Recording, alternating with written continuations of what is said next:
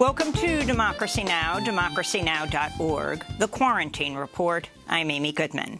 Top infectious disease expert Dr. Anthony Fauci told Congress Tuesday parts of the United States are facing a disturbing surge in coronavirus infections, warning the virus is not yet under control. Fauci was testifying to the House Energy and Commerce Committee. Right now, the next couple of weeks are going to be critical in our ability to address those surgings that we're seeing in Florida, in Texas, in Arizona, and in other states. They're not the only ones that are having a difficulty. Bottom line, Mr. Chairman, it's a mixed bag. Some good and some now we have a problem with. Dr. Fauci's remarks came as the confirmed U.S. death toll from COVID-19 topped more than 121,000, though he acknowledged the official figure is likely a significant undercount. His testimony came as Trump contradicted claims by his press secretary that he was kidding when he said he'd urged White House officials to slow down coronavirus testing. This is Trump being questioned by CBS's Wei Jiazhang. Mr. President, at that rally, when you said you asked your people to slow down testing, were you just kidding, or do you have a plan to slow down testing? I don't kid. Let me just tell you. Let me make it clear. In fact, the White House is set to end federal support for coronavirus testing at the end of the month.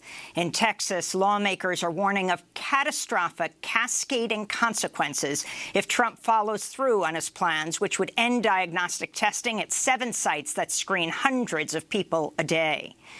Global confirmed coronavirus cases have topped 9.2 million, with nearly 500,000 deaths from COVID-19. Latin America's regional death toll officially surpassed 100,000 Tuesday.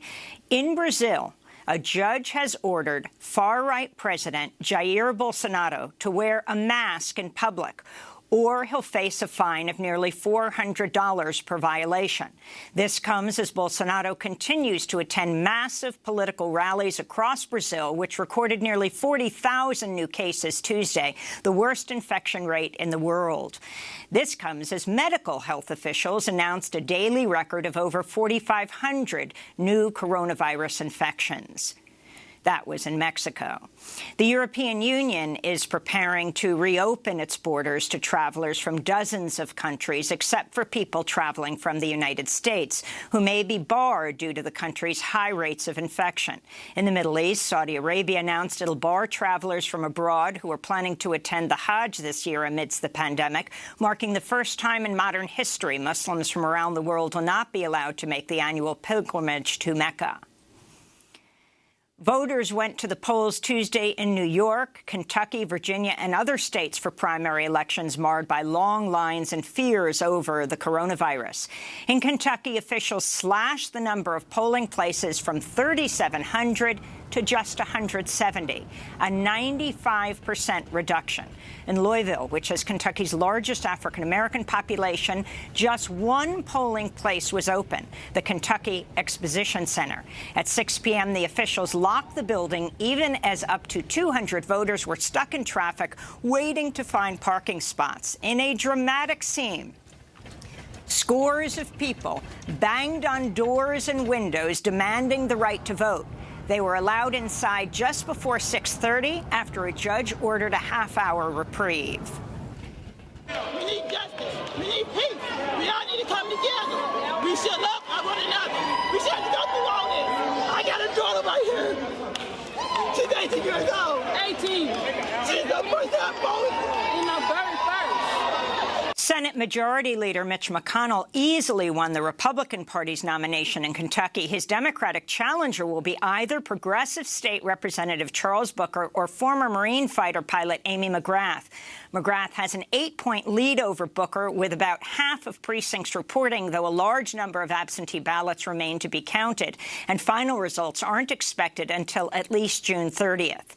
Here in New York, former middle school principal Jamal Bowman has taken a large lead over the Democratic Party's nomination for the 16th Congressional District in Westchester County in the Bronx over 16-term Congressmember Eliot Engel, the powerful chair of the House Foreign Affairs Committee. Bowman's running on a Green New Deal Medicare for All platform recently joined protests demanding an end to racism and police brutality. In New York's 14th Congressional District, Democratic Socialist Alexandria Ocasio-Cortez fended off a challenge by former CNBC anchor Michelle Caruso Cabrera, winning the Democratic Party's nomination in a landslide. President Trump traveled to Arizona Tuesday, where he toured a section of newly built border wall, claiming the concrete and metal structure had, quote, stopped COVID, unquote. Trump's claim came as Arizona confirmed 3,600 new coronavirus infections on Tuesday, a daily record. Hospitalizations topped 2,000, also a record, with intensive care units now at 85% capacity in Arizona. Trump later held his second campaign event since the start of the pandemic, speaking to 3,000 students packed into a mega church in Phoenix. Few of the students wore masks. Many of them wore MAGA caps. None of them practiced social distancing, raising fears the Trump rally could be another coronavirus super spreader event. During his remarks, an unmasked President Trump drew cheers when he mocked COVID-19 and repeated the racist nickname for the disease. Kung flu, yeah. Kung flu. On Tuesday, Twitter flagged another Trump tweet for violating its policy prohibiting abusive or violent language after Trump wrote, quote, "There will never be an autonomous zone in Washington, D.C. as long as I'm your president. If they try, they will be met with serious force," unquote. Protests against police brutality and racism are continuing across the country. In Washington, D.C., police in riot gear violently cleared a small protest encampment near the White House Tuesday.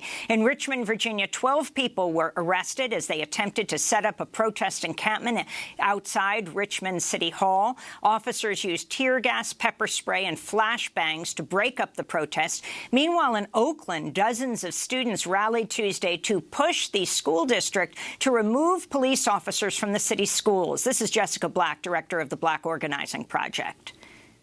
Children don't need to be criminalized for being children.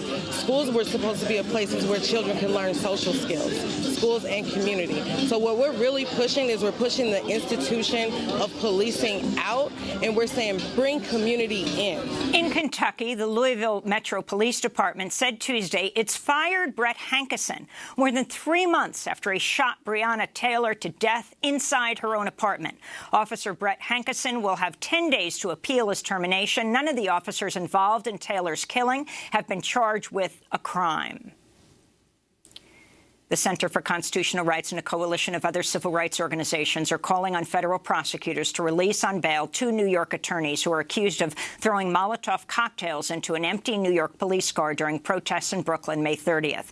The lawyers, Colin Mattis and Aruj Rahman, are facing a minimum of 45 years in prison if convicted on the federal charges. The 2 were initially released on bail, but then the federal government challenged the bail conditions, sending them back to pretrial detention, a move that shocked many in the legal community, since neither Mattis or Rahman have a criminal history. A group of over 50 former federal prosecutors also signed a letter opposing the government's handling of the case.